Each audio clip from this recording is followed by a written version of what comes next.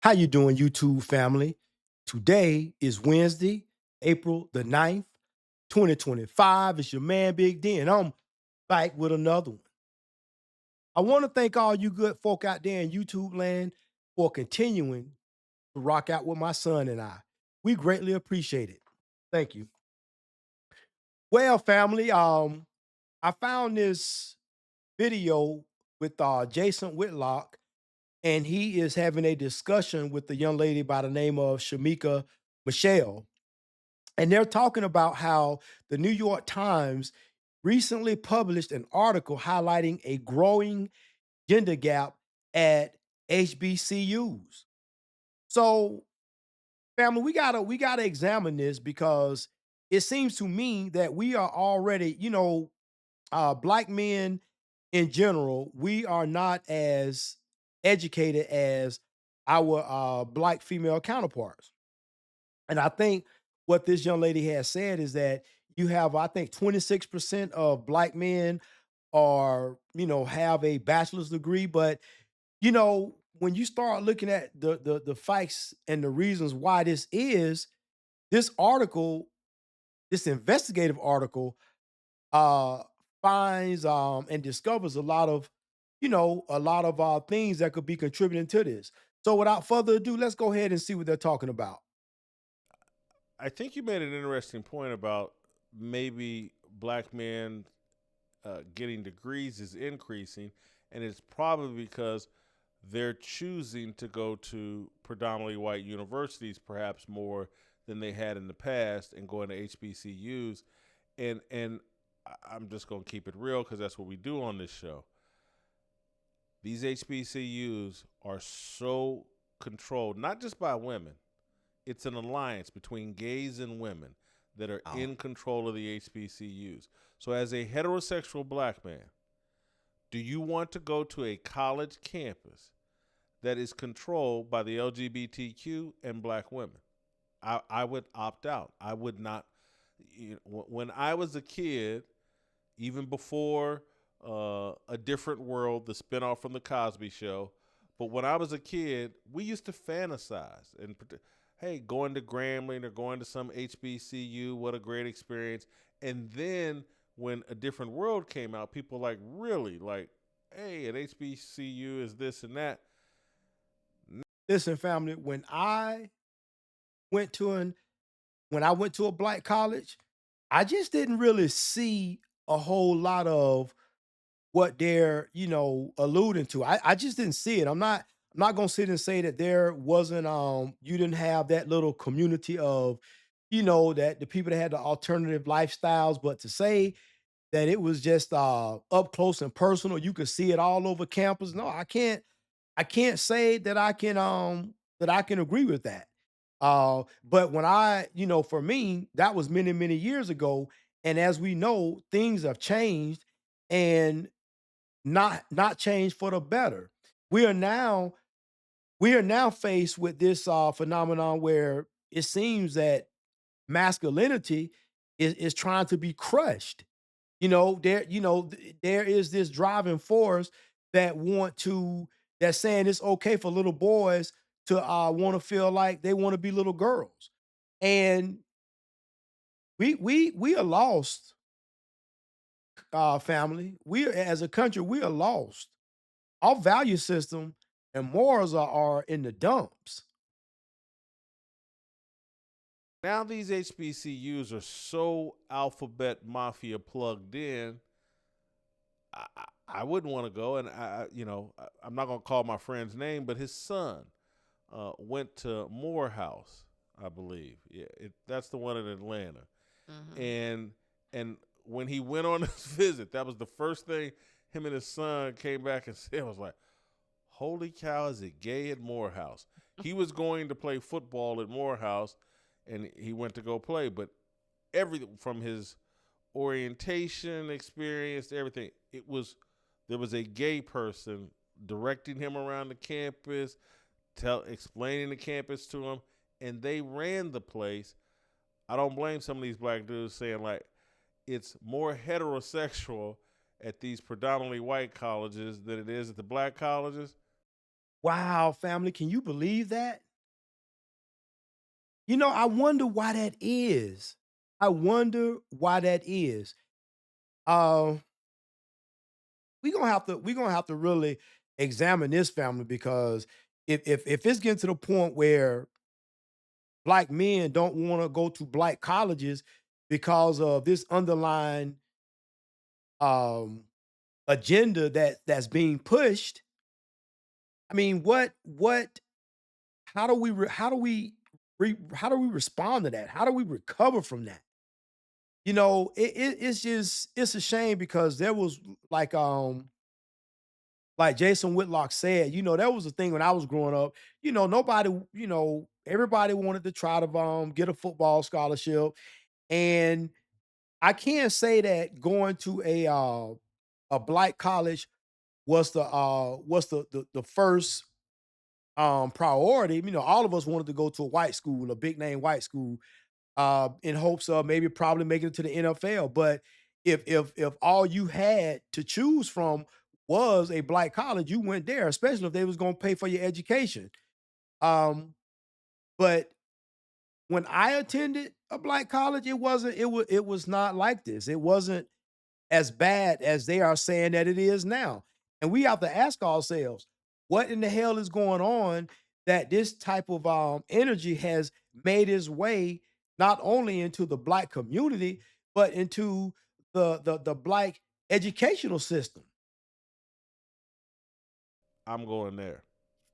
Absolutely. It's funny that you say that because both of my youngest two are at HBCUs. And I can remember my daughter telling me a story about how she went to class, one of her classes for the first day, and there was a really cute guy in class already sitting there. And so she intentionally went to sit down beside him. And so she was, nervous and thinking maybe he'll say something to me. And she said he turned around and said, "Girl, did you read your did you read the syllabus?" She said her thoughts and her hopes, just flew out the window because she was surrounded by feminine black men. And of course, they also had this workshop where they taught you about the pronouns. And she was texting me saying, "What is Z and Zer?" And it's ridiculous. As you said, they are in alliance with the LGBTQ plus P is silent. And that's actually what they're pushing on these young men. So I'm not against them going somewhere else where their masculinity can actually be nurtured, opposed to being ridiculed and told that it's toxic and that they need to bow down to women. We already know that among black people there's this assumption or this idea that women should be in charge, and they continuously push that. And my thought that I lost earlier was the article was saying, that society don't accept black men's uh thinking that their own potential, and they said this starts in grade school. Well, actually it starts in the home, because if a man is actually told, or a young man is actually told, you can do this, you can be great, you can excel, you can achieve, it doesn't really matter what society tells you, because you already have these things instilled in. Bingo, she's 100% right.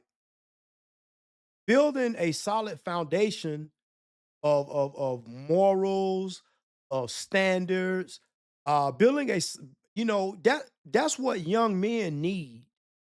They need, like she said, somebody reassuring them, say, "Hey, listen, don't let nobody tell you that you can't be great." But you can kind of see the mothers that really took that approach with their sons when you look at um what's the young man what Lamar Jackson. And I'm not saying that you can't see it in the young men, some of the young men in the NFL where there was co-parenting, the parents are still married and whatnot. But you can definitely see it in the women that chose to, they understood the value in not stripping away their son's masculinity because, man, I just don't see how you have to be a masculine man to play NFL football.